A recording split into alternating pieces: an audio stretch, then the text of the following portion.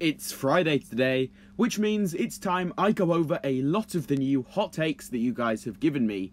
You left me loads this time around, over 100 to be precise, but I have read through them all and picked out the 10 best ones for this week. Keep in mind that any I missed may be featured in next week's episode. The same goes for the few that were left in the comment section of the last episode as well. Without wasting any more further time with this intro, let's get started with today's video. Kicking things off today, we have a hot take from Mark Saraki. Sorry if I mispronounced that name, really sorry. But they say, I hated King Vangelis at first because I was mad he wasn't Klaus, but after listening to why some fans like him, and after rewatching season 13, I began to like him as his own character, and he is the perfect villain for Cole. Vangelis is now my second favourite Wild Brain villain. Thanks for your comment. I think a lot of people can definitely see where you're coming from with this, and they can agree with it. I remember we wanted it to be Klaus so badly, but then when it got revealed that the sorcerer wasn't Klaus, we immediately just got annoyed by it, and failed to see how good Vangelis actually was. Although it would have been amazing to see Klaus return, Vangelis is still very awesome. Krusty783 says, Season 11 is a top tier season. This is definitely going to be one a lot of people agree with. Personally, I think it did have a good story, had some amazing animation and a few other plus sides, but the execution of some aspects of the season let it down, at least for me personally. That being said, it is definitely overhated by the community in my opinion. Another one I'll go over from Krusty says, Crag is awesome. You know what? I genuinely could not agree more. Comics Animation says, Harumi is the most overrated Ninjago villain. This is very controversial in my opinion. With Harumi, I think you either love her or you hate her. That being said, I find myself very much in the middle. I did find her very annoying, but I also loved how her backstory and character was executed, although I can definitely see where you're coming from with that opinion. I'm not even going to pronounce that last bit in case I ruin that completely, but they say, new Ninjago storylines are too detached. Taking Season 11, Season 12, and Season 13 out of the storyline wouldn't make too much of a difference. Yeah, I agree with this to an extent. Luckily, they were slightly referenced throughout each other occasionally, but yeah, they didn't feel all that connected.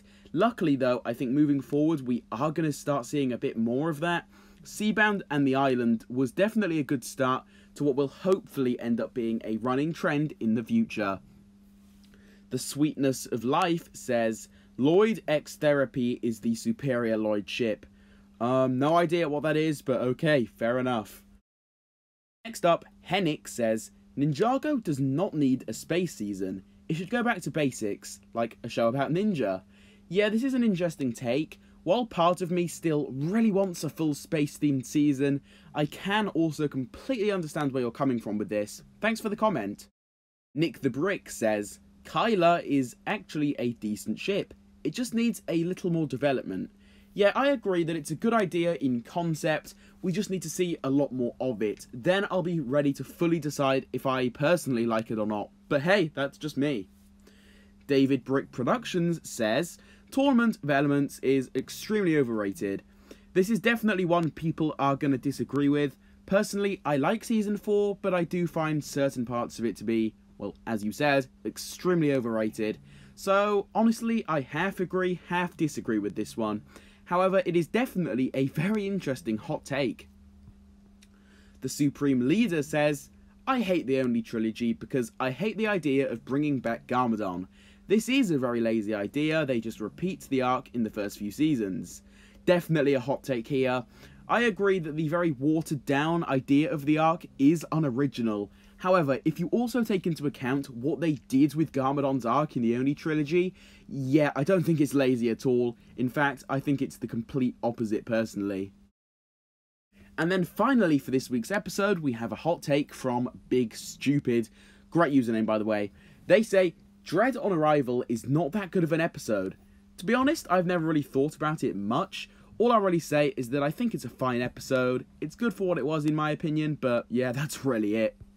And there we have it, guys. Those were all of the hot takes we are going to be going over for this week. I do hope you all enjoyed it. If If you want to have a chance at getting your hot take featured in an upcoming video, then make sure you keep an eye out on my community tab, as I will be updating you all over there. If you enjoyed today's video, then please drop a like on it and consider subscribing to the channel. With this being said, I will see you all in my next one.